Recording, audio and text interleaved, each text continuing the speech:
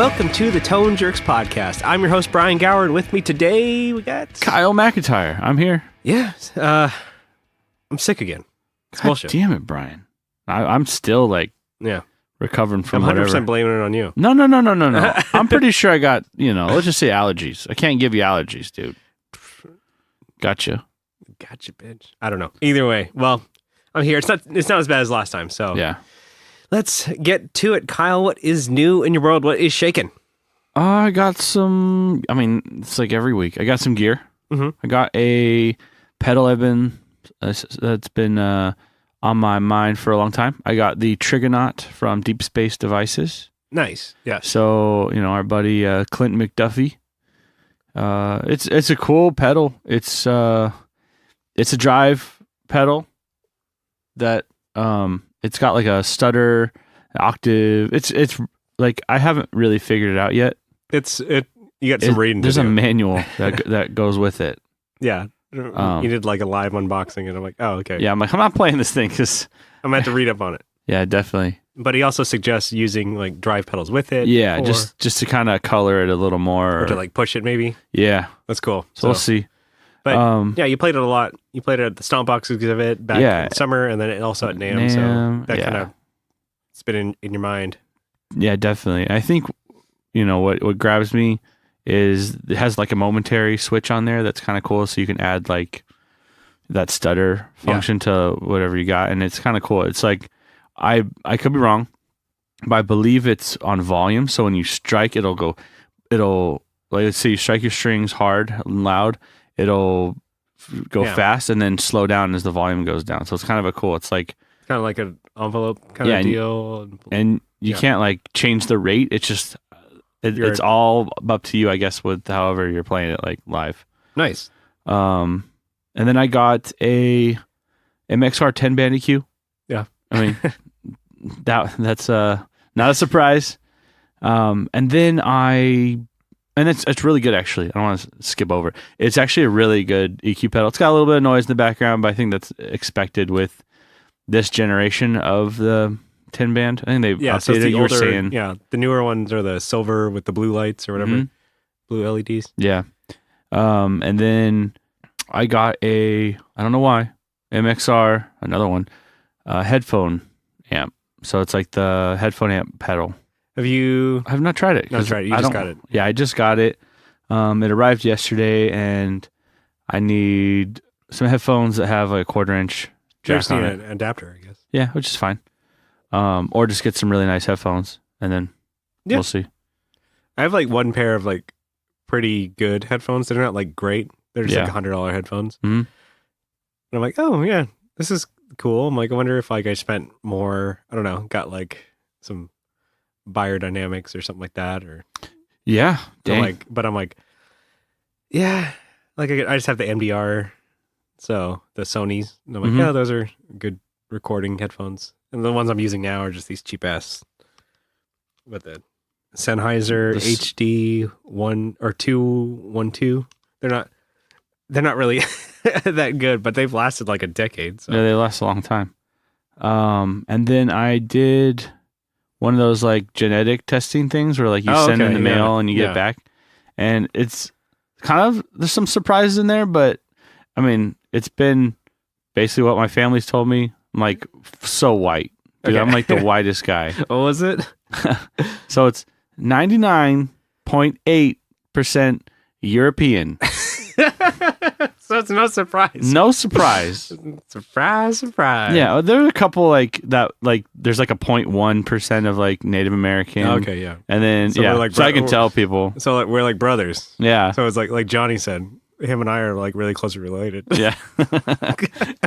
And then like another 0.1% like sub-Saharan African, which is kind of interesting. Yeah. Okay. But yeah, they're just like really cool. It like divides up like, oh, this is where your haplogroup or whatever divided at this point in time and migration from here to here. And so it's kind of cool. I'm part of my fraternal haplogroup, which you're looking at me like, what the fuck? What are those two words? Yeah. Basically, I'm one in 250,000 people that have that same group of people, I guess. Okay. which is, you're like, don't know what that means. But I mean, some people are 1 in a million, but you're 1 in a quarter million. yeah, you know, you got a 1 in a quarter one million. and a quarter million. One son. and a quarter million smile. And you know, I guess this isn't that interesting, but I'm like Irish, British, French, German. Yeah. And it's just like, so you kind of, but you kind of already knew that. So you're just like, it was like 60%. I thought it was like, you know, when you think, oh, my parents, my dad, you know, my mom, but it's like 60% Irish and British. Yeah. And then like, I think like 25% French. I can't remember who it was. Was it? I want to say, maybe I'm just going to blow up a spot. I think it was Brian Rash, our drummer, was saying like, oh man, I thought it was like part Cherokee for the longest time. Da da da da da. And then everyone thinks that. And then he's like, I think he took one of those tests. He's like, I'm not at all. He's like, my whole life I've been lied to.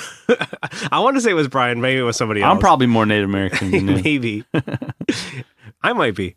Yeah. Anyways. You got to take one of those. It's cool. It's kind of interesting to read down the list and like, you know, they can tell like, oh, you're more likely to have straight hair. And you're like, okay, I kind of have straight hair. That makes sense. Or is your hair straight or is it kind of wavy? It's straight. It's got waves in it, but it's like, it says straight to wavy, and that's basically what I got. Good. I'm wearing a hat, so I can't actually tell. Yeah. I have hat hair, so they need to tell me that too. They didn't predict that one. Dipshits. Well, what's new with you, Brian? Let's see. Some gear wise, it's stuff that you borrowed from Johnny Ray. Yeah. And I quickly borrowed it from you. So before you even got really to plug it in. Yeah, asshole. Some noisemakers, some weirder stuff from Earthquaker Devices. He let you borrow the Earthquaker Devices data corruptor. Yeah. Which is kind of like a synth kind of deal. Noise. It's got octave and it's got it's like a synth generator. It's weird, but it's definitely making some noise. It's like I'm like playing it like bam, if I could look at it again, I could tell you. And you can have like your different steps and stuff like that. And I was like, man, that one together with also the Rainbow Machine. So that one is like the octave delay chorusy kind of deal. That's one I haven't been. I did not. Yeah, I brought it back today. So it was just a lot of fun trying to just make. I was playing and I was texting Johnny. I was like, I don't know what to do with these. And he's like, yeah, man. I'm like, so I want to have him. Next time we have him on, I kind of want to ask because he's definitely a guy who's going for those weirder sounds and just.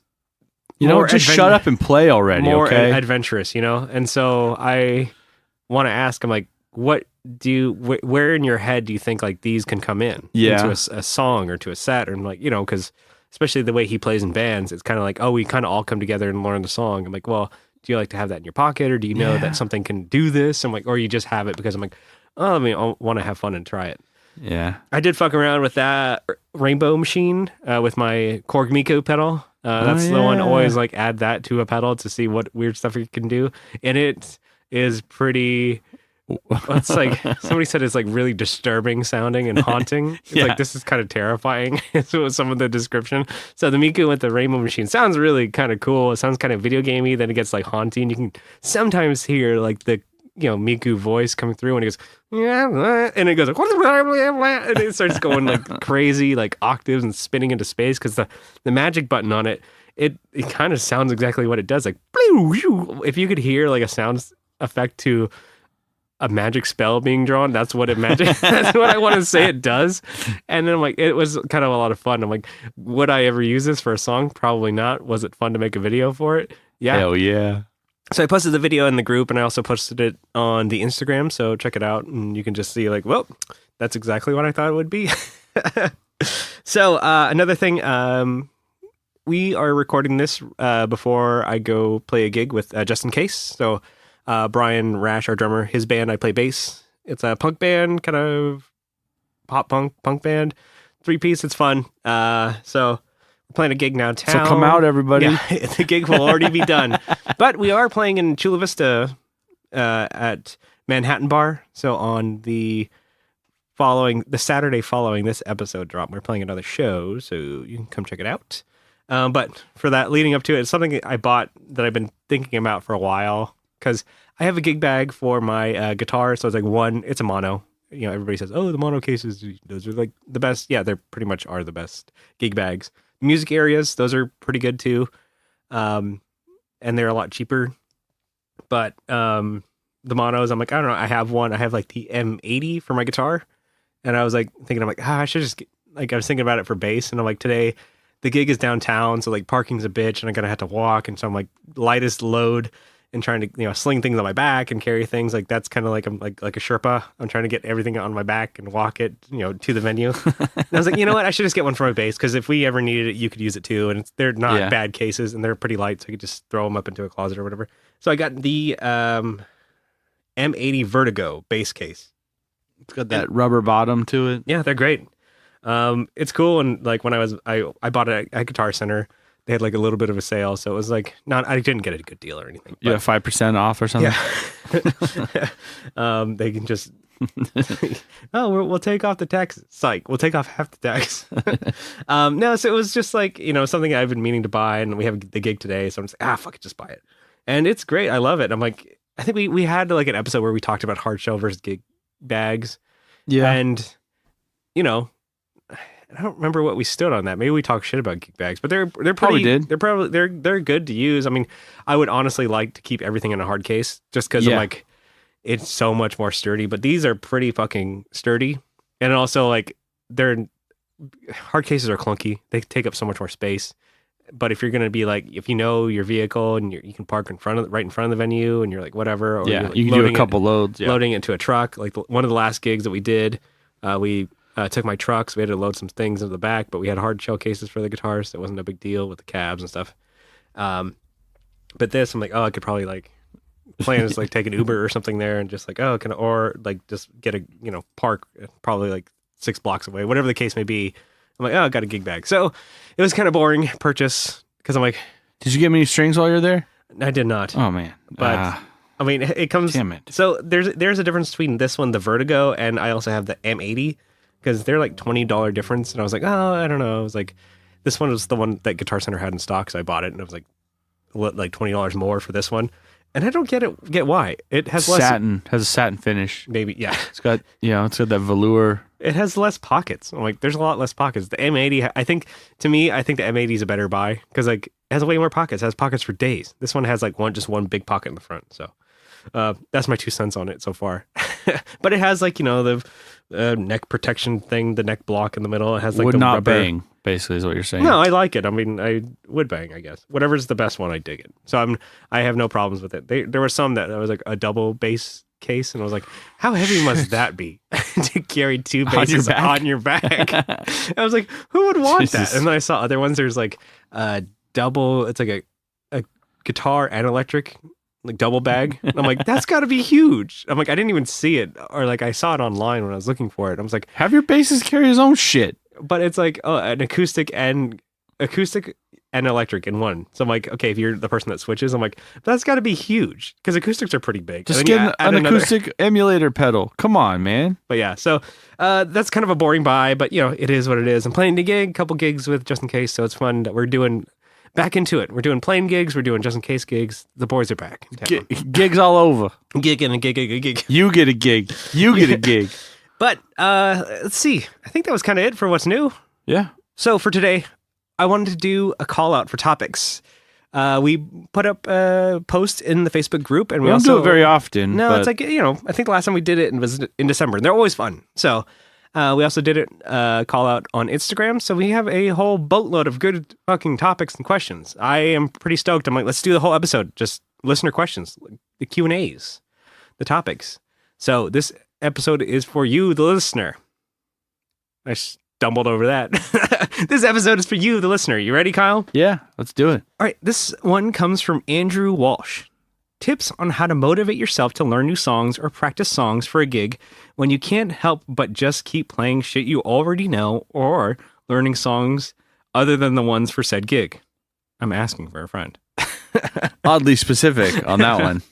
So, you want to head that one up first, Kyle?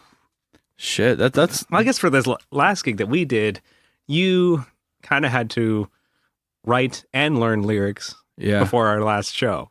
So Brian and I, like we've been jamming the song for maybe a month or two, so we kind of know it. But you had to not only like you had to write the lyrics for it and sing them, so we had to be able to play and sing. So sometimes that can be a bit of a bear. But how did you get past that? Well, I had written the lyrics and over like the span of like a month, and it was like they didn't really flow right, so I rewrote them.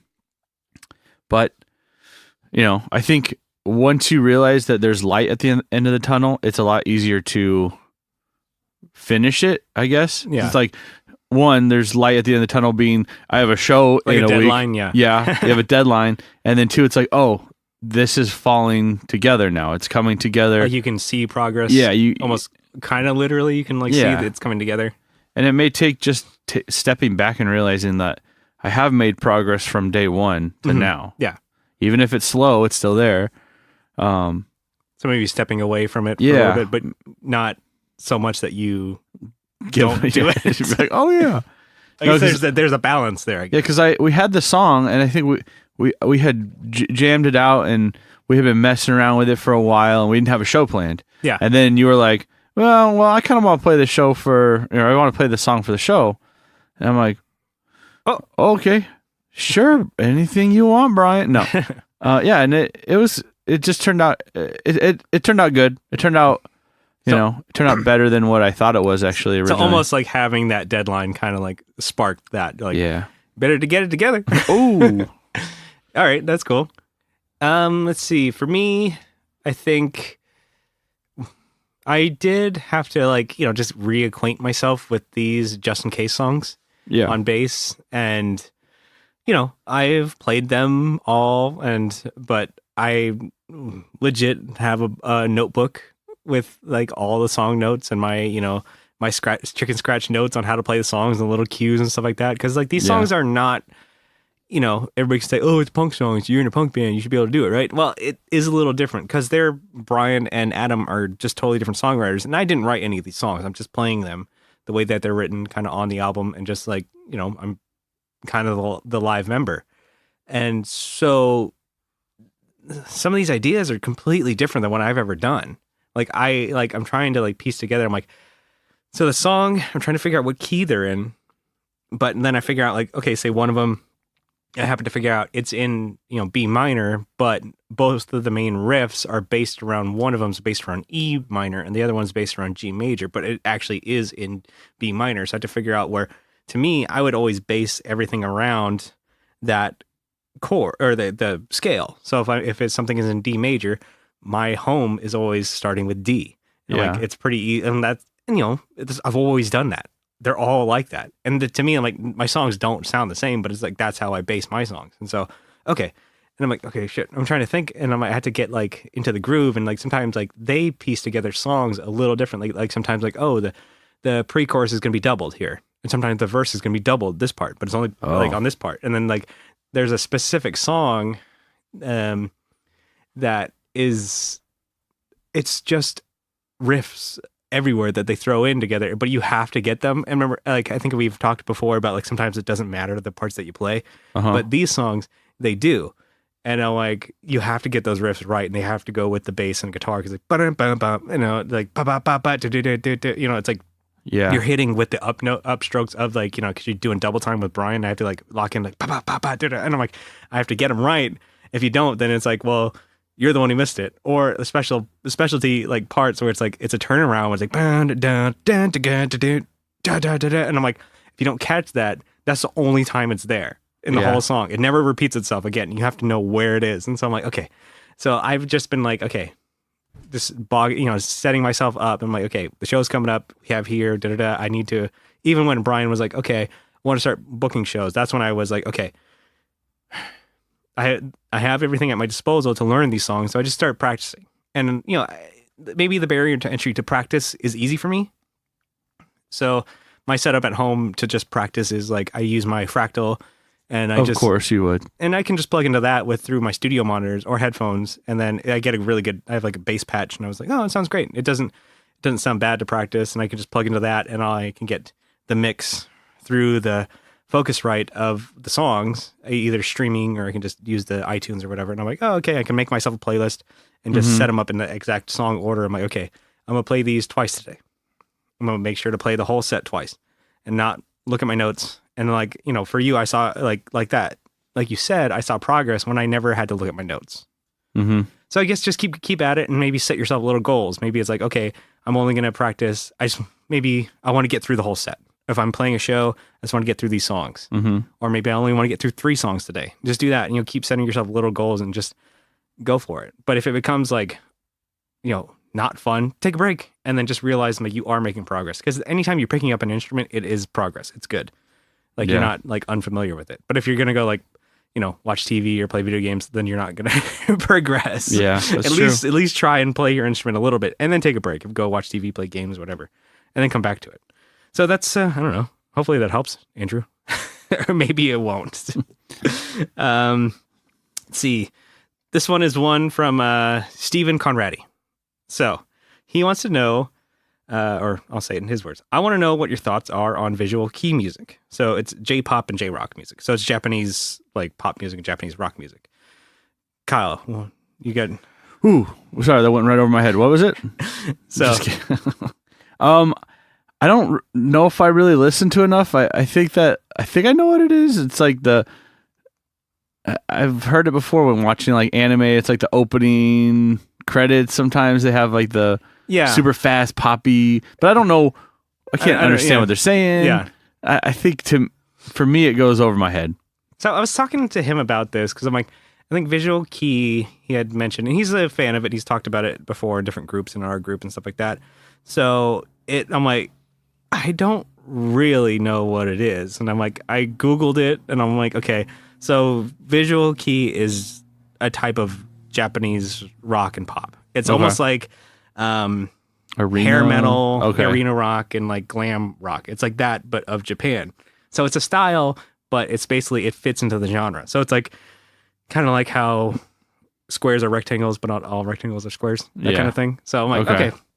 Like he sent us a playlist or whatever. And I'm like, oh, I've heard some of these bands and I've heard some of these songs. Like they're like, mostly from anime openings or whatever. And I'm like, I like those songs. I personally think they're fine and they're good to listen to. I have playlists on Spotify and on my phone that I do listen to in midst of podcasts and punk rock music. And I enjoy it. I'm like, I think I am a type of person when I watch anime, I don't skip over the parts. Like I want to listen to the opening and endings and stuff like that. And then Netflix is always the one that skips it for me. I'm like, damn. Damn. So I do like it. And it's like a thing. I'm like, I don't understand what they're saying. But this will come up in another question. I'm like, it's kind of just like another instrument. And like their melodies are definitely different because they're going for a different type of maybe like vocal range, vocal patterns than like, traditional, like, Western American music. Yeah. So maybe that's what turns me off too, is it's like, it just sounds different. Like the actual like keys and the vocal pattern, vocal melodies. You're like, why'd you go there? You know, maybe because, I don't know, the cultural thing, I'm sure. Yeah. And so I know I dig it. And I was like, he mentions it a bunch in the group. I'm like, yeah, no, I can dig that music. It's nothing wrong with that. So I appreciate that. And he also has another question. Another one. So we'll do a twofer here. What is your favorite Japanese brand for guitar? Probably a Fender. Japanese Fender. Japanese Fender. I don't think I've played many. No, I don't know. I'm just saying. I just made that up. Japanese brand for guitar? Yeah, or like, guitar brand. It could be FX or whatever. Oh, okay. Probably Boss. That's not a bad one. I skipped over that because I thought you would do that. Yeah. I'm going to say Ibanez. They still have made in Japan stuff. So their guitars, they have a lot of like, guitars that are made in Japan. And also it's like, come on, Tube Screamer, analog delays. Yeah. Like even the mini Tube Screamer and the mini analog delay are still made in Japan. Wow. So mini pedals are made in Japan. So like that whole mini line is in Japan. I'm like, that's cool. Yeah. And I mean, to me, I think I would really want an RG. Like one of those like shredder guitars, like the like the neon highlighter yellow ones with like the neon pink and green pickups and like, the Jesus. I played one when I think I was trying out a guitar amp at somebody. I was like, oh, I didn't bring a guitar. Can I just use one of yours? So sure. I was that guy, I guess. The guy who shit on my 900. He's like, oh, let me try one of your guitars. Oh, I don't like this one. What's another one that you got?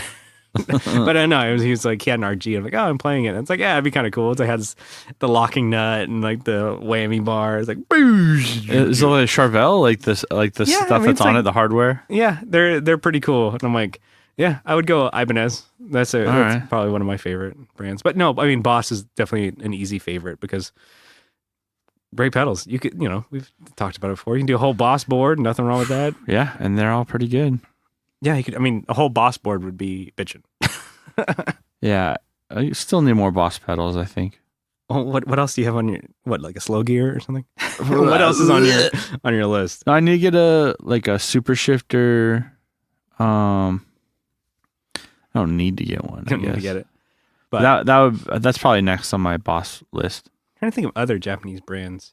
I know there's a bunch of the old like vintage brands. Tiesco and stuff like I've never really played any of those. They're not vintage. I guess they're still around, right? Oh, they are. Yeah, I guess they came back. But I was thinking about like, you see all those like pawn shop type guitars of like those, Yeah, the department store. Yeah, those type of Japanese ones. I'm like, I don't know. None of those. I've never played one, so I couldn't say that was good.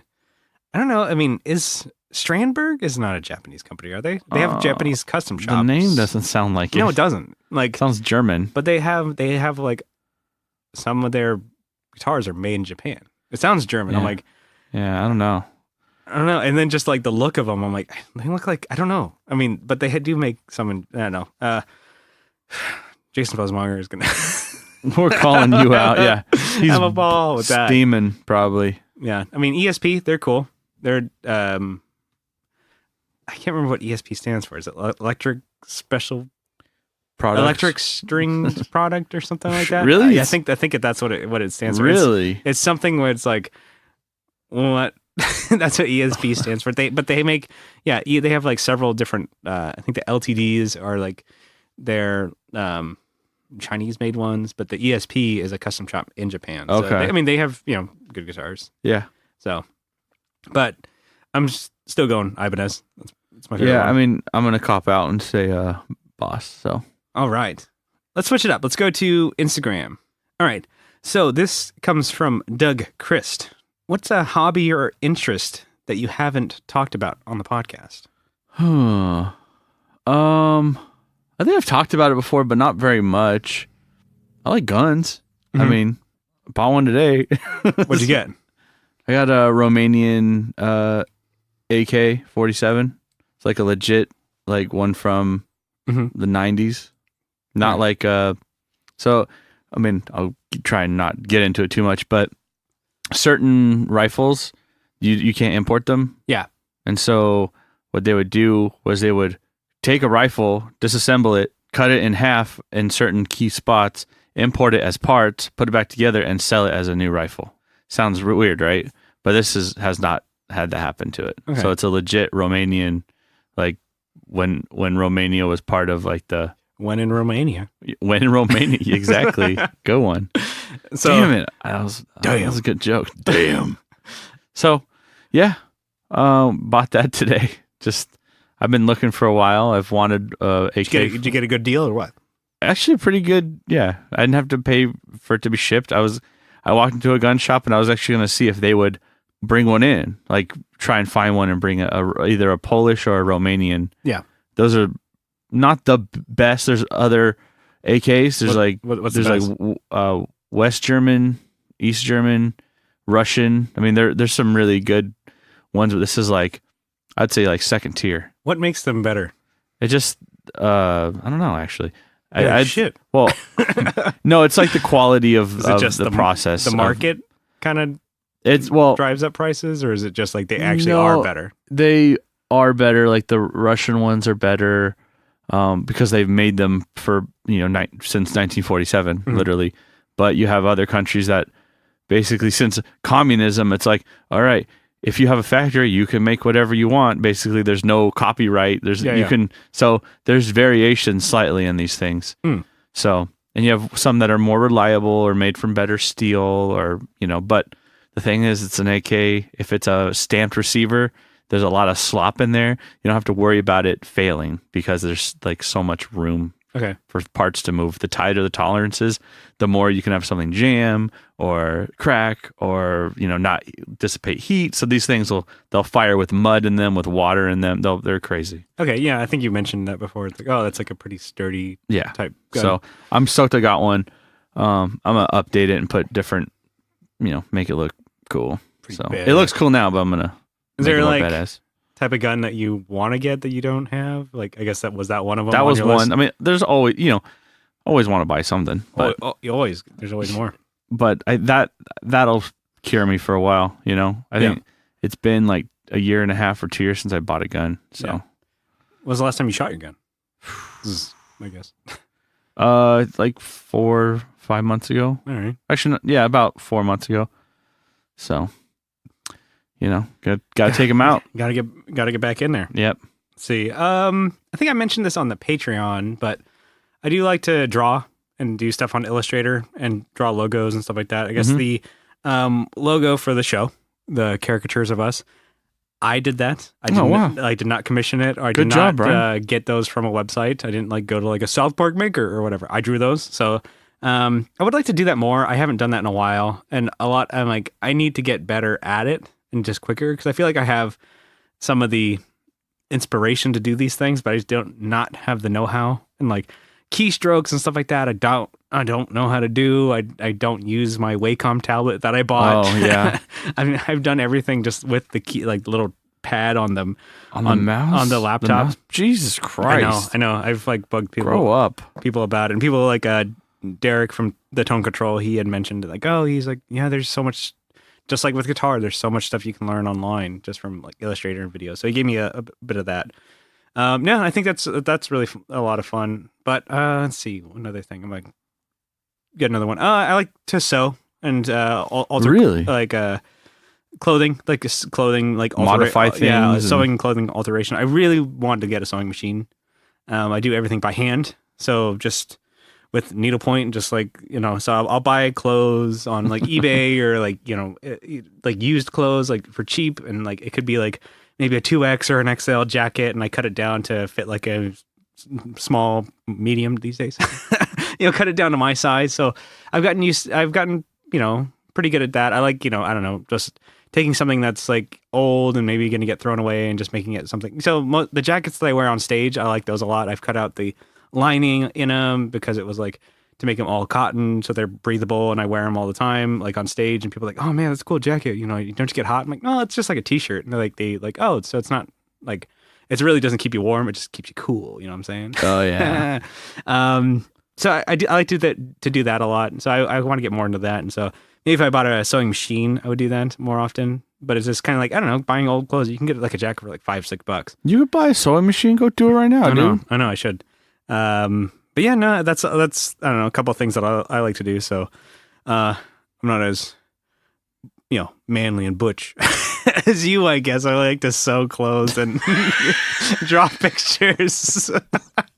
It's the yin and the yang, I guess. Yeah, coloring book that you like to draw in, Brian. Basically, like a coloring book online. Okay. This is from _3_sons_. Oh, I know that guy. Yeah, on Instagram. No, I met him in real life. Okay. Let's see. He said, do you know his name? Do you want to give him a shout out? No, that's his real name. Okay, that's it. Okay, that was the joke. Sorry. So he said jam bands and how you may or may not hate them. Man, jam bands, I really hate them. I get like having fun and playing with your friends. Don't do it on stage, man. We already suffered through the Grateful Dead, Mm-hmm. They're almost dead. Yeah. All of them. No, I when I think of jam band, I think of like a fucking drum circle, and I hate drum circles. They're so annoying. I think maybe it's more fun if you're in it, but if you're watching I'm sure. You're like, I don't know. I like jamming with my friends, but I don't want to do that on stage. I haven't seen like many big acts, so maybe if it like you saw like someone like like I don't know, like a Grateful Dead or some band like that can actually do it. Or is it like Dave Matthews? He does that too a lot. Yeah. So if you saw somebody who was like a pro who does that type of shit, on that scale, maybe it'd be more impressive. But I've seen just bar bands that do that. Yeah. And oh man, I had a friend who was playing in a band. I won't mention it, but the name at least. Yeah, mention the experience. The experience. I saw him, because you're trying to support your homie. He was drumming, and they would do like 30-minute to 45-minute set, basically just in a key. They picked a key, and they had a bass player, a guitar player, and a keyboard. Like, so he did, like, he had a synth and like a piano type deal, like a Nord type thing. They would switch between a MIDI core and the Nord at the same time. So he had a pretty cool setup. They all had pretty cool gear and stuff like that. But it was just like for dudes. You could tell that they weren't like, they never like practiced together, but they were just like, we can jam or whatever. And the thing is, like, you can, drummer wise, I'm like, yeah, of course he kept a beat and he kept it, solid. And the bass player, whatever, can lock in. But I'm like, okay, but you guys just pick a key and then you go with it. I'm like, okay, so that means like something's like, we've jammed before. Like, maybe I'm like getting more into it, but I'm like, I've like picking up scales and learning riffs and stuff like that. Sometimes things don't hit. Oh yeah. And sometimes like they just don't lock in. And you're like, well, not that I'm hitting a bad note, but I'm like, wow, that was like, did you need to play that? Yeah. And so like, this guy, maybe I'll just explain more of the experience of like how they looked. One guy looked like, just like your normal, like kind of like rocker guy. He had like, the slick back hair or whatever, skinny jeans type deal. So that's fine. Drummer, same deal, but a buddy of mine.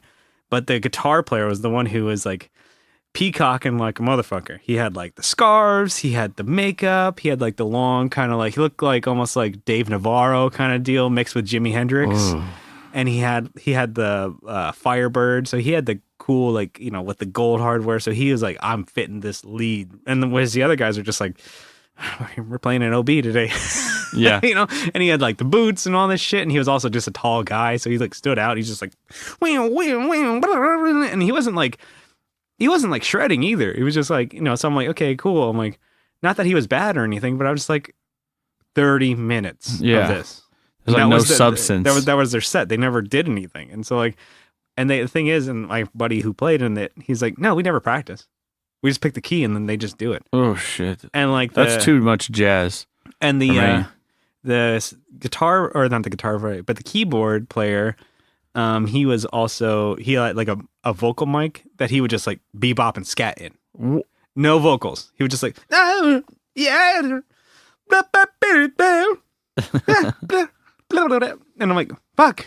Okay, shit, man. And when you put a bunch of delay and stuff like that over it, I'm like, yeah, okay. I don't know. Maybe if you're feeling it.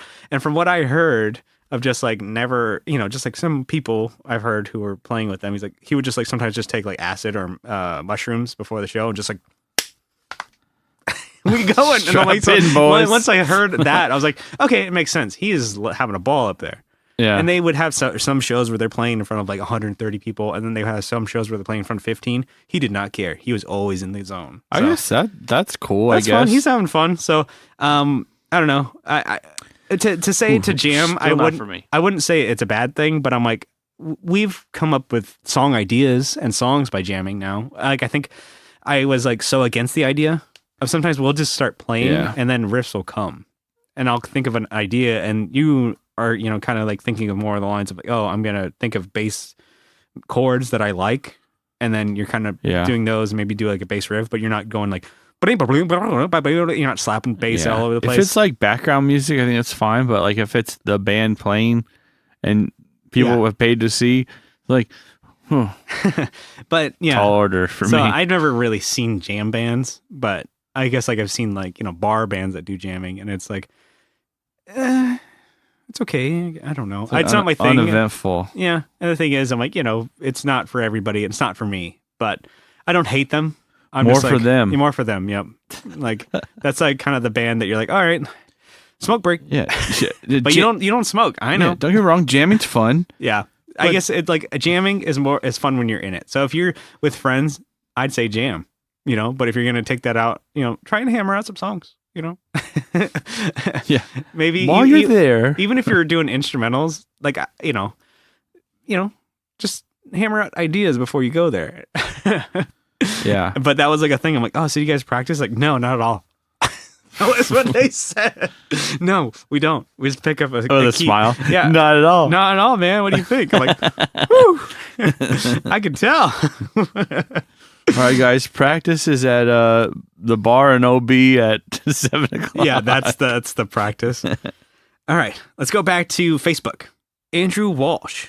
He says the importance of lyrics. I was listening to an album the other day, and I didn't know what language it was. So this kind of goes off of, Steven's thing. English. Yeah, and then sometimes the vocals just add to the mix without a need for interpretation. So what do you think? I mean, I can appreciate. So like not even that, but instrumental music. I can appreciate instrumental music. It's got to hold me though. It's got to keep me engaged. It can't just be the same shit, the same jam over and over again. So it could be like a song where it's like maybe the lead or guitar or keyboards or something is almost the spotlight. Yeah. Not necessarily like soloing, like, but it's actually like maybe they're doing something more soulful, melodic. It could be a solo. Melody can hold its own basically and almost act as the vocal melody. Not that it's like, for me the vocals is usually like the center point, but when you have something else that is trying to fill that void, for me, it's gotta stand out more. It can't just be like a really droning, boring song. It's got to have a lead through the whole mix, I guess, if that makes sense at all. Yeah, I mean, do you ever listen to anything that's not, or like? I mean, the only band that really is like, wow, this is really good stuff for me is that Polymath, and we've talked about it before. So I've liked, and I'm sure there's other bands like that, but they don't have any lyrics, right? They don't have any vocals. They have their song. They'll play a riff like 4 times. They'll play it different every time, but it's a similar theme, and they'll change gears. And it's a 10-minute long song, but now the song has progressed into something else with a different drum beat. Yeah, it may be in the same key, but they're creating the dynamic and maybe the back and forth between the music. Yeah, and that's where like the interesting. So for me, it has to grab you in some way. Yeah, if it's like just like boring like drum and bass with like nothing. What about like anything like with a language that's not English? No, man. No, probably not. Yeah. So, I've maybe because I haven't experienced it. Yeah, I've like, I don't know. I mean, yet again, I would listen to Japanese pop and stuff like that and rock music, and I listen to that and I really enjoy it. But I mean, even to think that's really the only one. I don't think, and it's maybe such a bad thing because we're so close to Mexico and Spanish, and there's a lot of Spanish speakers here in San Diego. I didn't like. I've tried to because there's a lot of Mexican like Tijuana bands that come up to San Diego to play. Yeah. And if it's in Spanish, when you're at the show, it's fine. But when you're trying to like listen to it, I'm like, oh, I'm gonna go listen to it on Spotify. I can't fucking get into it. Yeah. Because something maybe like just those bands, I need to find good ones. So maybe if there's good like Mexican punk bands or whatever, maybe somebody could bring them to my attention. But as far as you're saying, like in a live setting, you really can't hear lyrics. Yeah, in the first place. maybe it's punk that is because I'm expecting to hear, English. Maybe that's the thing. I don't know. And then, whereas like I've been exposed to like Spanish punk music, or like Spanish speaking punk music, and like I just can't get into it. It doesn't grab me for some reason. But if it was like I don't know, like Japanese and it's totally different style, where it's like more like maybe techno driven or like electronic driven stuff like that, and it's totally different type of speed, like kind of like more 4 on the floor dance beats stuff like that. I can get to that because it's a totally different genre. Yeah. But for me, I'm so in tune to like punk music as being English, so maybe that's one thing. So. And then people are like, open your mind, man. Yeah, get over yourself, bro. Open it, man. But, I mean, instrumental music, I think in the last year, I've been a big push and just like kind of more like rock, prog, instrumental music. And it's like bands like Arc Echo, I've been really getting into. They're really good. And then like I say it all the time, C2A. And then like Pliny and Polyphia. Like those are bands that I'm like, they're just instrumental music. And they're so interesting. I'm like, I could never in a million years play like them. But I might listen to it. I'm like, man, this is cool. And some of them, like Arc Echo, is really big on synth that's sometimes like a big driving like part of their melody. So it's not necessarily like where C2A is mainly like synth is kind of in the background, whereas like the guitar is the main thing because he's the guitarist, I think probably first and foremost mainly, and then he will do keys and MIDI and stuff like that.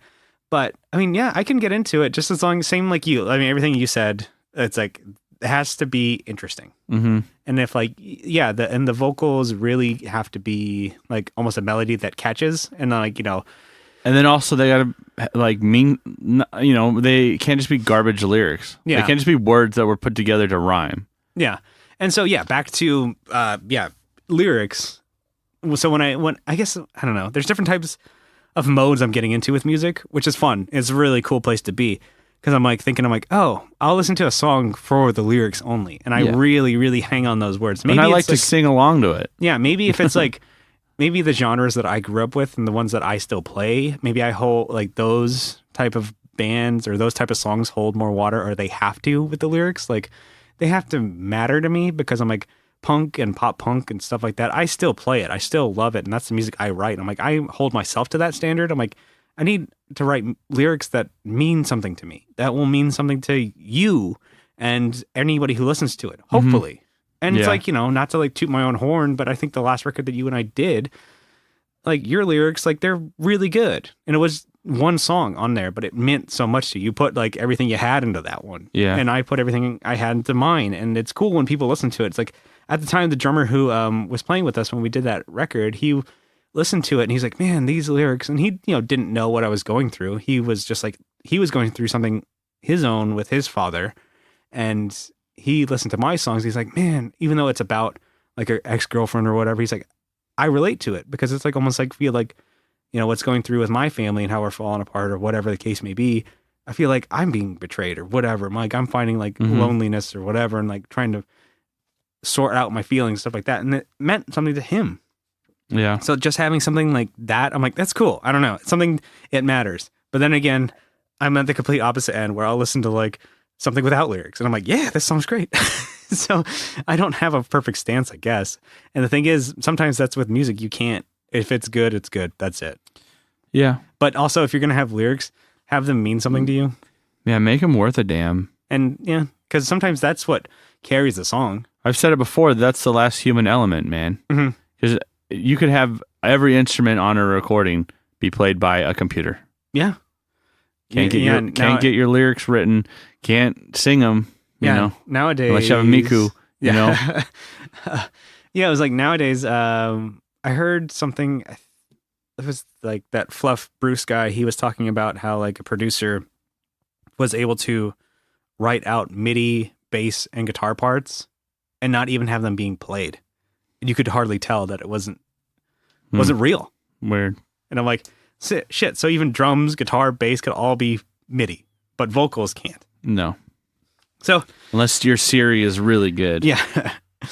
So I guess, you know, I don't know if we really answered that. I guess they do matter to me in some senses when it comes to rock and punk music. Yeah. But other music that's just for fun, not so much. I could just get away with instrumentals without lyrics even. So, okay, we got one from Michael Newman. He's got a Bang, Marry, Kill. Oh, man. 80s, 90s, or 2000s.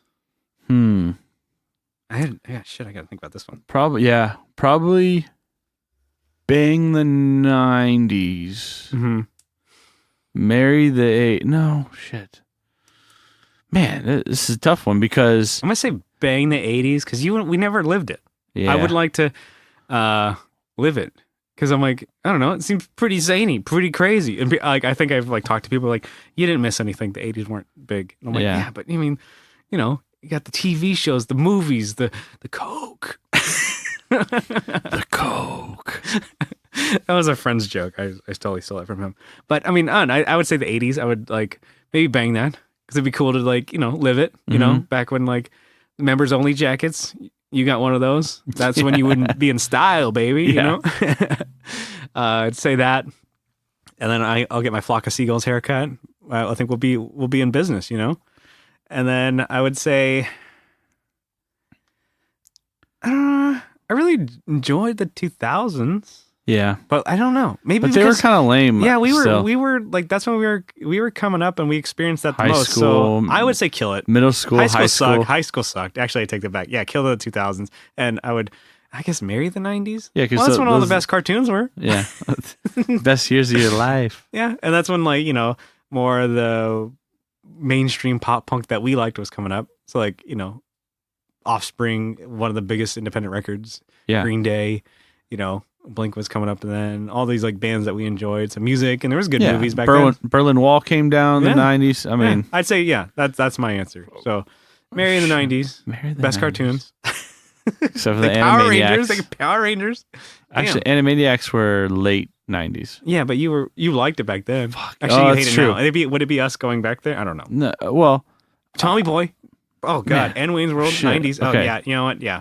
So, yeah, marry bang 80s, marry 90s, killed 2000s. All right, we're both in agreement. Yeah, I guess it'd be the same. 2000s, yeah, it was. There's good, like a lot of really good music for me in the early to mid 2000s. Yeah, but I think we already experienced that. So because like that's the one that we know the most about. That's why I would say, I'm not gonna live that again. I want to live stuff that I haven't. Yeah. So yeah, that's the answer. Whew, man. I wonder if people are gonna be pissed off at that one. Probably. All right, so we're gonna go back to Instagram with this one. So we got a threefer. Oh, somebody that you're pretty familiar with. Who? Your wife. My wife. Wife. All right, so Carrie, she asks, so in hindsight, what gear purchase makes you think to yourself, what was I thinking? I think this question is for me, actually. Did she come into the garage one day looking for something? She's like, God damn it. Oh my God. I have mentioned it before. Actually, it's, not all MXRs, rainbows and unicorns and stuff. But double shot sucked. The prime distortion sucked.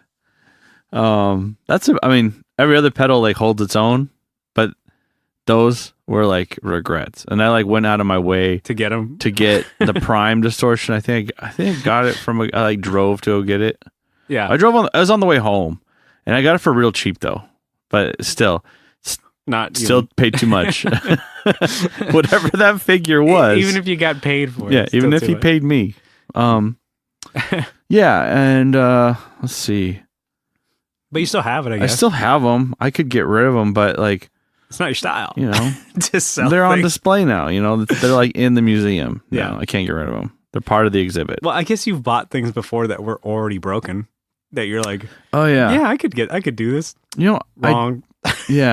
Like the Phase 90, the EVH one, which I could still fix it, but I got to get the right chip, which I ordered the wrong one because I'm an idiot. Yeah. Because it's like, oh, this isn't available. This one is. I'm like, oh, perfect. Bought it. And it was like, that's not even the right chip. Not even close. After I've put it in and ruined it. But I've had a good one. I bought a blue box, the script blue box. And I don't think I've ever even mentioned it on the show because I was like, whatever. It's another MXR pedal that no one gives a shit about. Blue box. The guy said it was broken. Oh yeah. He said that it wasn't tracking correctly. Like, I'm like, that sounds like that's the way it's supposed to be. Yeah. So I got it, tried it out.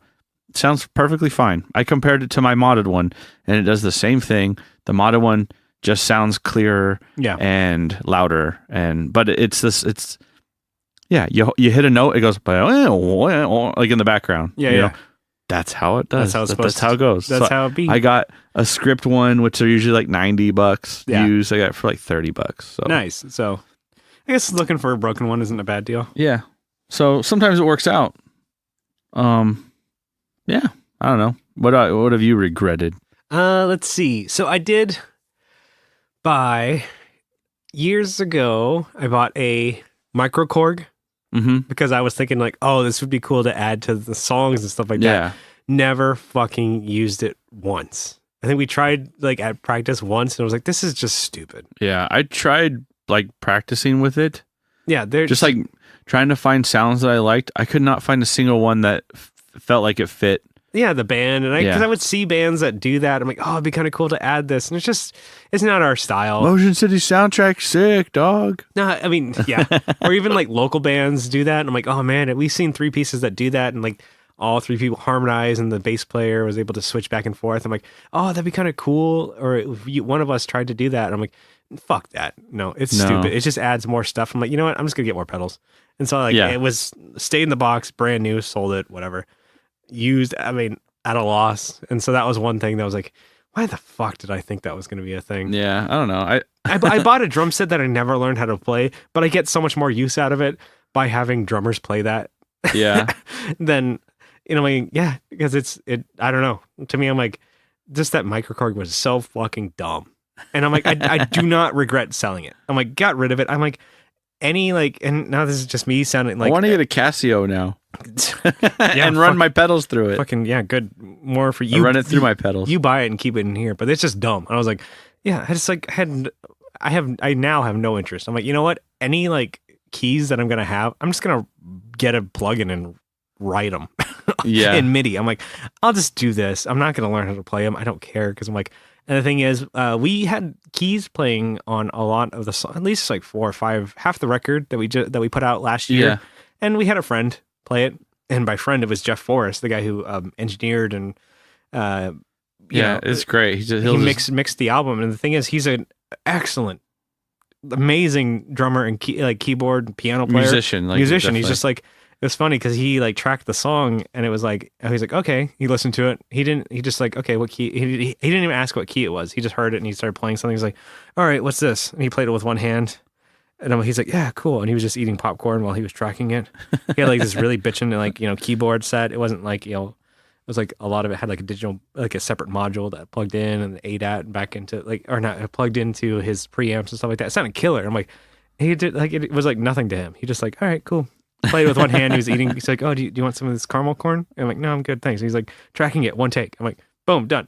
Dang. And I was like, you know what I really want on this? It's like, I want like a Leslie sound. He's like, well, I have one, like a real one. It had a giant box spinning speaker. He's like, yeah, well, I'll just do that. I'm like, well, what do you want? I'm like, I kind of just hummed something that I'm like, could you do that? He's like, yeah, I can do that. He's like, well, I'll add more stuff and just like whatever you don't like, tell me and I'll stop doing it. So I'm like, all right, I just kind of like hummed a few things and he was like, and he like going all over the place. I'm like, that's killer. I'm like, he's like, all right, well, let's do it again. Just push record and record me. And I'm like, all right. And it sounded great. So I'm like, I don't know. Maybe I know I've tapped out and know my resources. Like somebody else could play keys, not me. And now I have like, I kind of was thinking, I'm like, oh man, I would love to learn how to play keys. It'd be a great, tool. I don't care anymore. Maybe I tried it and I just was like, this is a waste of time. We'll never add it to the band. So yeah. Anyway, so there's that one. Okay. Now this one gets a little dark. What inscription do you want on your gravestone? Still from Carrie McIntyre. Shit. Maybe I have been buying too much gear. He's reading into that one. Yeah. Oh, it's a heavy one. Unload in that one. On my headstone.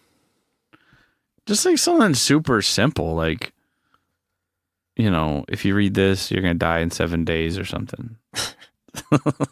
So, you know what? I'm going to take that. If you can read this, you're too close. Like a bumper sticker. Get off my ass. Quit riding my ass. If you can read this, you're stepping on me or whatever. I don't know. Something like that. Yeah, I don't know. I mean, just like of the amount of pedals I have, just like in life, he succeeded in he buried me with my pedals. Yeah. Fuck, I don't know. Well, you're just gonna tap out then? I guess. I don't know. That's a heavy subject. Just do dude. a hashtag Kyle style. Yeah. Kyle files. The final Kyle file. Refer to Tone Jerks episode 1 for or episode 3 for hashtag follow for follow. Fuck you if you follow for follow. Yeah, fuck you if you do that on Instagram. That's it. That's what you want. Okay, the last one. Another one. What skills do you have that would be useful in the apocalypse? Not like in the event of the apocalypse. It's like, okay, when the apocalypse comes, it's coming. It's going to happen. What skills do you have that are useful? Man, what don't I have? I can drive with one hand and like eat a burrito. Oh shit! There you go. But I'm still gonna probably get shit on my shirt, but I can do it. I can text and drive pretty well. I'm sure your employer's stoked about that one. No, I don't do that anymore. Mm-hmm. I'm a good boy. Yeah.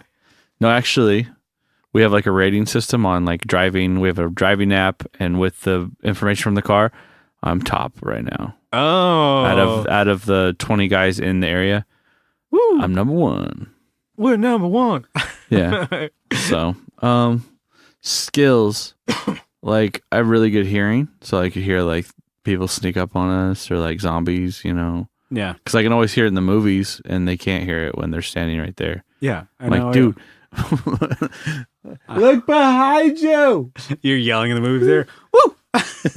Yeah. Oh shit. I thought that's probably one. You know, I'm not that great of a shot. Like, you know, dead eye. I'm all right, I guess, but you know, I need some more practice. So. Shit, I don't know what mine would be. I don't really have a skill. You're good at bitching about things. Yeah, so keep everybody on their toes. There you go. I keep everybody in line just by bitching at them. Everyone pissed off. They're like, yeah, always on edge. What's the deal with all this? What's the deal? We don't have power right now. What's going on? I can't check my Instagram. Yeah. It's been 3 years, Brian. I know. It's bullshit, right? I know, right? Oh, fuck. That's dumb. Okay, so we're back to Facebook. This is from Jason Fuzzmonger. He's got several of them. The Fuzz. That's what we call him. He's got a cereal, which is I guess we'll post it. I'll actually post it in the Imgur this time. So it's a Pop-Tart cereal, strawberry. And he says, bang, marry, kill. That particular one? Only that one. What would you do? I'd probably kill it because that's like the worst flavor. I like Pop-Tart. Cinnamon brown sugar is going to be the best one. I like strawberry ones. I like cherry too. People don't like cherry. I like cherry. Maybe because that's what we'd always get when I was a kid. Cherry and strawberry. Yeah, cherry was with the like red crystal. Yeah, with the pink. Red crystal. It's like that's why you loved it. No, with the salt with the sugar crystal. I can't even think. You got it eventually. Yeah. You got there. This one was like the strawberry was the white frosting with the multicolor. rainbow. Yeah. So it was always like, oh, it's more fun because it's colored. And then cherry was pink frosting with like the granular sugar. Yeah. So I can't even say that word either. Yeah. You tried a bunch of different ways. Granular. Cinnamon brown sugar was just like the light brown. Like, dude, you know you're getting so good. You know. Okay, so I would say I would bang. I would try it. I mean, I'm gonna try it and probably eat the shit out of it. I'd probably do one sitting. Because it's probably just like the whole box. There's probably 2 servings in that box. I mean, I'm gonna kill the box is what I'm saying. Yeah. Kill it. Okay. So he's got another one. How heavy do you guys top out with what you actually enjoy listening to? You guys mentioned a few hardcore bands or HXC bands. That's hardcore, right? Last episode. I think so. Listening like Every Time I Die, stuff like that. So how about the other end of the spectrum? How light and soft you go? So how heavy? I would say probably like the most hardcore. I guess Every Time I Die is really like, and there's it's select songs from them. I do like, and then I guess like this is like super douchey, but I enjoyed listening to a lot of that new metal stuff when I was a kid, and I'll go back nostalgia reasons. So I'll listen to like Limp Bizkit, Papa Roach, stuff like that. And those were really the only two. I never got into Korn or like Korn was always like what I see kids walking around with like backpacks and like pants, you know, whatever, all the gear. And I'm like, wow, there's like your parents don't love you. Like there's like one Slipknot song that I can. Oh man, that was another one. Push my fingers at you.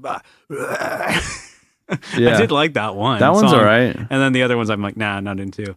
But it was like, yeah, Korn never got into. I never got into like any of these Puddle, you know, is it Puddle Mud or whatever the hell they were. I was never really into. I don't think it's Puddle Mud. What the hell was it? Anyways, I never got into like all those other bands. But Mudvayne. That's it. Mudvayne. That was the one. I had like a coworker who listened to that stuff, and he's like a grown ass man, older than me, and he still listens to it. And he's like, yeah, man, it's sick. He listened to Marilyn Manson and stuff like that. So that's more. I don't know. That's metal, but it's not like I don't think heavy hardcore. No. Like he like Fuzzmonger's thinking, but I think I will not. I guess it's like unironically, I will listen to some of those old songs, but like a Slipknot every once in a while, I'm like, oh, that's kind of cool. But I'm like, I would never buy an album. I would never go see them. I would never really like, so I'm just like Spotify. I'm like, okay, you can get like my fraction of a penny for the listen. Yeah. But I mean, I don't listen to that many I do really like melodic vocals. So I'm like, I will gravitate towards that. So I don't know, Fuzzmonger, if you got stuff that's similar to Every Time I Die, let me know. Yeah. Like, favorite song, you and I agree, Sweet Life. Yeah. Such a good song. Old Light, I think, or at least songs from that album. I like some of those. So I don't know if you have anything like that. But what about the softer stuff? Softest I'll go is Sinead O'Connor. Okay. You can't make me go any softer than that. 80s pop. There's always just like bangers. Man. Always. I'm back on that playlist I made like 3 months ago. Yeah. Love it. Yeah. So like Pet Shop Boys, I think is the name of a band.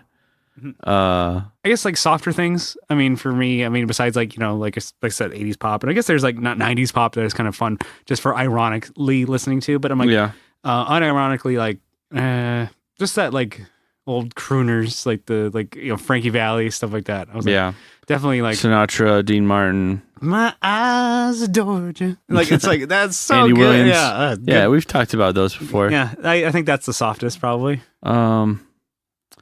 Like soft rock though, I think kind of makes me want to skip. What is a soft rock? What is soft rock? Is it like power ballady? No, that's not a thing. But those are fun. I'm trying to think of a band that would. I don't know. I guess classic rock is almost. Is it soft? Yeah, soft. It's not hard. Yeah, I don't know, but I mean, like, yeah, I guess that's like, yeah, pop. I guess there's like pop that I would listen to, like, ironically, like, that's becoming a big thing of like people like listening to old like NSYNC and Backstreet Boys. That's popular. I don't do it. I haven't listened to a lot of it, but I'm like, I could probably listen to some of that. Well, and be like, oh, that's fun. So like, let's say the Flatliners, their earlier like middle stuff they've done recently. I guess recently, but their more recent stuff is what I want to say is a lot softer. Yeah, but it's not. But it's not like you wouldn't think that was like a soft band, or like, you know. Yeah, but if you go back, you're like, what the hell? This is not the same band. But it is. They like a lot more screaming, a lot more yelling, a lot more double time, fast paced, heavier sounding, and their newer stuff is lighter. You know? Maybe that's what he means. Yeah.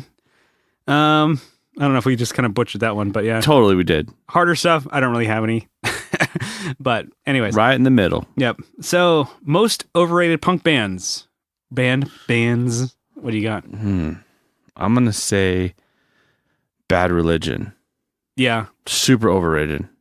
I'm not a huge fan of them. There's maybe like a song or two, but they all sound the same. That I'm like, that I got into, but I'm like, I could never like, I would never want to go see them at concert because I'm like, just play that one song I like and that's all I care about. Because I'm like, I've tried to listen to them and I'm like, I just can't get into it. So yeah, I would say them. I would also say NoFX. Oh, I'm not a huge fan of NoFX. There's maybe some songs that I like Life O'Reilly, Linoleum. Linoleum. And I'm like, there's, you know, sticking in my eye. I mean, there's like a handful of songs that I'm like, it'd be cool. And I saw them live and they were okay. They didn't sound bad at all, but it was like, oh man, they had like this whole thing where they had brought up like, they had like horns and singers.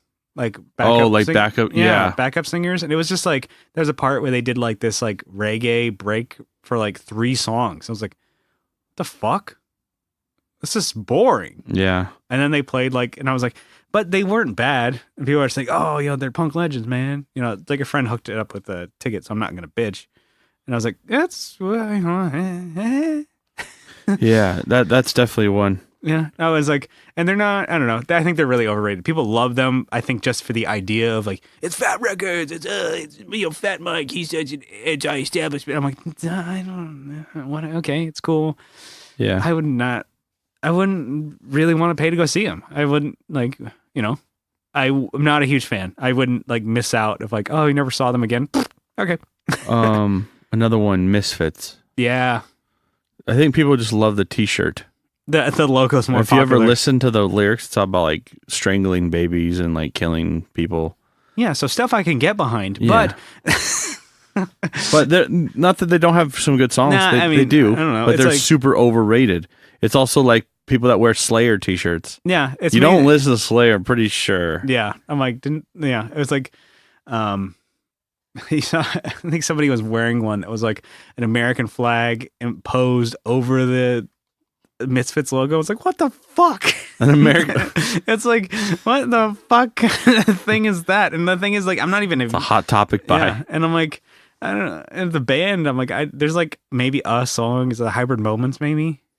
I like that one, but I think it's been covered so many times that I like it. You probably like the cover. I like the covers. Yeah, it's like friends bands have covered it, and it's like, I like their version of it. And I'm like, they like a friend had like multiple guitars and keyboards and stuff like that, and then like the singer, like she would go back and forth with the main guy, and it was like they added so much more to the song, and I was like, cool. And then I can hear that when I go back and listen to the original. So I don't know.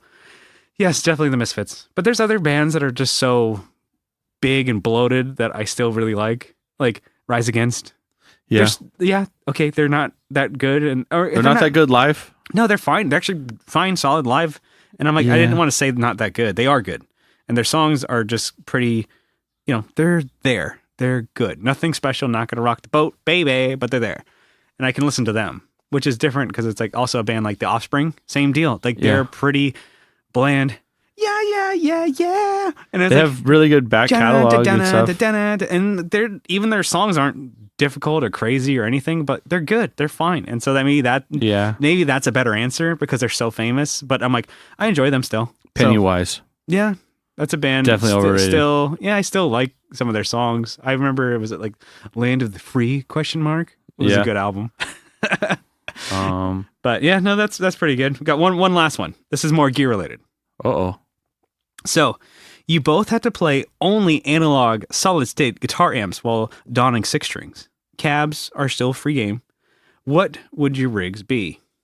And what would it be if you couldn't choose an Orange Crush? Because I think he thought I was like automatically going to choose. Rebutted that one. Yeah, right away. So, all right. Closed all the loopholes. Yeah, he capped that one off. What do you got? Never played one. Yeah. But I know it'd be a badass amp. Mm-hmm. The Sun Beta Lead. So it's like a MOSFET backed solid state. But it's solid state. 100 watts. 100 watts. It's supposed to be super fucking loud. Yeah. Like a really, really loud.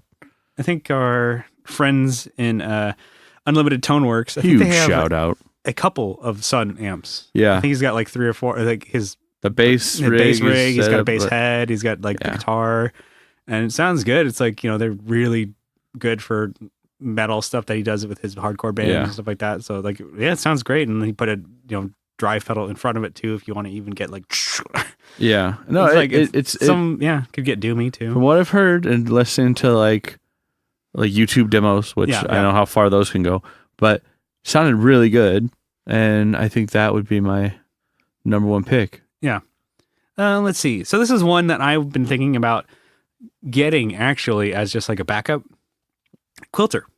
A Quilter, I think it's the 101 mini head. So it's 50 watts and it has like kind of different, 4 different like kind of change, channel options, like clean, like kind of like a, pre-selected. Yeah. You can kind of get like your different gain stages. And I think it's just like a tone knob, volume, and like a gain. That's it. Okay. And it's 50 watts. It's like under 2 pounds. It's a little tiny guy. And I'm like, yeah, I would like, I think they're like, I've seen them new about 200 or like $300. Okay. And then like used for around $200 or whatever. I'm like, that'd be kind of cool just to keep, and like in a truck or a van or whatever, if you go on tour, I'm like, okay, if something happens to your tube amp or whatever, keep that and just use your pedals as like, because when I use my conventional pedal board, I have the amp pretty like, it's little dirty and it's like my pedals are, I want to say the Sweet Honey is more amp-like, it's very amp dynamic that it adds. Of course, everybody says that with certain drive pedals. It's a pedal in a box. Or an amp in a box. But it's not really an amp in a box. It's like, I don't know. I really enjoy that. And I could put that in front of like, I don't know. I've done it in front of several different amps. Like we played a Valvetronics Vox. We played a gig and it sounded great with that. And that thing was kind of a hunk of shit. And that was the backline that they provided for us. But I had that with a full drive and like a tube screamer type deal on stacking in front of that. Sweet Honey, and it sounded great. I'm like, so, okay, well, I'm pretty sure, I haven't tried it, but just the demos that I've seen, like yet again, YouTube of the 50 watt mini head, I think that'd be cool. Just use that as kind of your pedal platform. Yeah. And then, so yeah, that's what I would choose. I mean, any cab would do. Yeah, and my second backup would be Boss Katana. Yeah. 100. Okay, so we are running long here, but we're going to do one more quick one, and then we're going to head out. We didn't answer all of them, so maybe we'll save these for other episodes. You guys actually provided so many great thank you questions and topics. I was like, this could be a whole episode. So thank you so much, everybody who participated, and thank you, But here's the last one. Pelican Noiseworks Leon says, favorite chord? E major. Shit, me too. Fuck, I just love it just sounds great. You could just I don't know, bass a lot of. I used to love E minor, but I would say now that I'm not a minor anymore. Stuck on G major for a while. So okay, I'll take G major if you're gonna take E major. All right. G major. I also like D major. Yeah, I think G major is probably because I can get I don't know, a lot of my. I don't know. You can base a lot of songs off of that, and then just your open chords all based around in G major. So I'll pick G major. All right, that'll be my chord. I want to change my answer to that actually. All right, cool. So simple question, simple answer. That's all you need. All right, let's head out of here. Running along, but who cares? It was a good one. All right, so thank you guys again for tuning in to the Tone Jerks podcast. If you like what you hear, you guys can follow along on Instagram, join the Facebook group, and you guys can submit your own questions and topics. We don't have to even call them out. If you guys say, hey, you guys should tackle this one, let us know. But if you guys really like what you hear, you guys can help support the show on Patreon for as little as $1 a month. But if you guys double down for $2, you guys get an extra episode every week. And just for supporting us, we wanted to give you a shout out. So Kyle, he's got a list. Give it to me. About it. All right. I have Jim Bowers, Jamie Davis, Co Schneider from the Flippin' Flippers, Adam Rohr from the Let 'Em Hear podcast, Abe Newman, Michael Newman, Andrew Walsh, Jason Fuzzmonger, Doug Christ, Doug Gann, Doug King, Johnny Reynolds, Joseph from Like My Pedals, Will Lehue. They got a podcast, right? Yeah.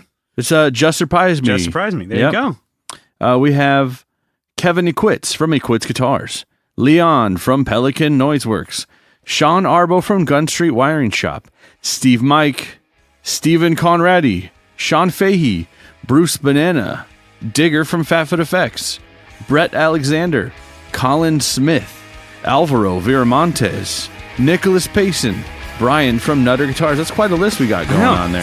It's good. More the merrier. Yeah. So thank you guys for listening. Thank you so much for supporting. We will catch you next week. We love you. Bye-bye. Bye.